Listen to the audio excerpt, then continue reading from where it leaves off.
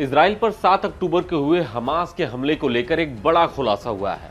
अमेरिकी अखबार New York times ने दावा किया है कि हमास के हमले का पूरा ब्लूप्रिंट इजराइल को 1 साल पहले ही मिल गया था। यह सब कुछ डॉक्यूमेंट्स, ईमेल और इंटरव्यू से पता चलता है। लेकिन इजरायली सेना और खुफिया अधिकारियों ने इसे यह मानकर खारिज कर दिया कि हमास के लिए इसे अंजाम दे पाना बेहद मुश्किल होगा।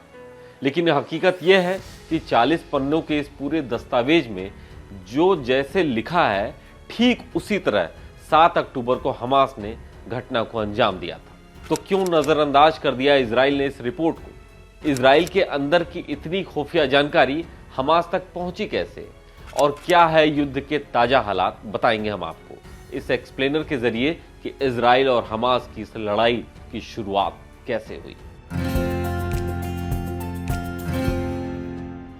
नमस्कार, मेरा नाम है अभिषेक पांडे और आप देख रहे हैं डेली लाइन एक्सप्लेनर। इजराइल ने इस दस्तावेज को जेरिको वॉल का कोड नेम दिया है और यही दस्तावेज करीब 1200 इजरायलियों की मौत का फरमान बन गया।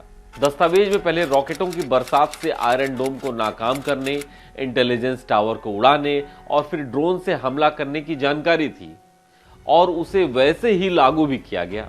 यही नहीं, पैराग्लाइडर से आतंकियों के आने की तैयारी, पिकअप ट्रकों, मोटरसाइकिल और पैदल सेना के इजराइल में दाखिल होने के जो निर्देश लिखे थे, उसे भी हमास के लड़ाकों ने वैसे ही अंजाम दिया। इतना ही नहीं, इसमें इजरायली सेना को लेकर भी अहम जानकारियां थी। इस ब्लूप्रिंट में इजरायली सेना के आकार, प्रकार, जगह, कम्युनिकेशन सेंटर्स और कई संवेदनशील चीजों के बारे में डिटेल्ड इंफॉर्मेशन दी गई। ऐसे में सवाल उठता कि हमास ने इतनी सारी खुफिया जानकारी कैसे इकट्ठा की? क्या आईडीएफ में कोई लीक था जो संवेदनशील जानकारियां हमास को उपलब्ध करा रहा था?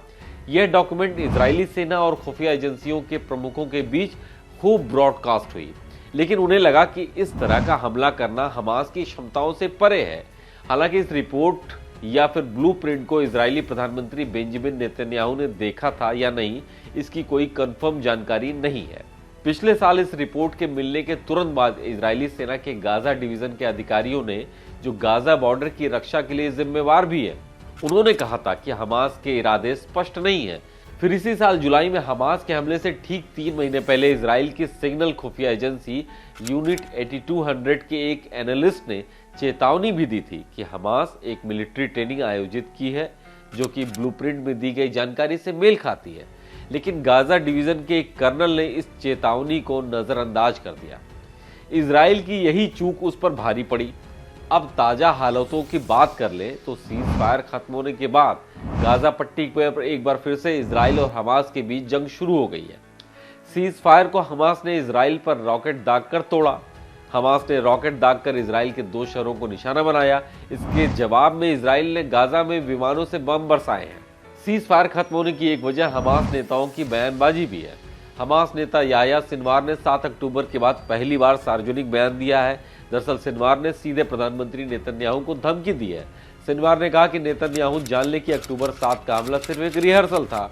हमास और इजराइल के बीच युद्ध विराम का समझौता क्यों टूटा, कैसे टूटा, अब इसको समझते हैं। हमास और इजराइल के बीच तनातनी युद्ध विराम के 7वें दिन ही बढ़ गई थी। हमास ने रिहा किए जाने वाले बंधकों की कोई भी लिस्ट उस रात 12 बजे तक नहीं सौंपी थी। वहीं इजराइल 7वें दिन बंधकों की लिस्ट को लेकर हमास से बेहद नाराज था। हमास ने न केवल लिस्ट नहीं सौंपी बल्कि दक्षिण इजराइल के 2 शहरों पर रॉकेट भी बरसाए। दूसरी तरफ प्रधानमंत्री नेतन्याहू ने सख्त रवैये से हिदायत दी थी कि हमास का सफाया किए बिना इजराइल चैन से नहीं बैठेगा। हमास ने यरूशलेम में हमला कर सीज फायर को तोड़ दिया था और अब सीज फायर के बाद फिर से एक दूसरे पर हमले तेज हो गए हैं। दरअसल ये इजराइल का ओवर कॉन्फिडेंस ही कहा जाएगा जो उस पर भारी पड़ रहा है। पहला तो उसने इतनी खुफिया रिपोर्ट यानी उस ब्लूप्रिंट को नजरअंदाज कर दिया जिस पर हूबहू ठीक उसी तरह हमास ने अटैक किया। फिर दूसरा, जब 7 अक्टूबर को हमास ने इजराइल पर लगातार रॉकेट से हमला कर दिया।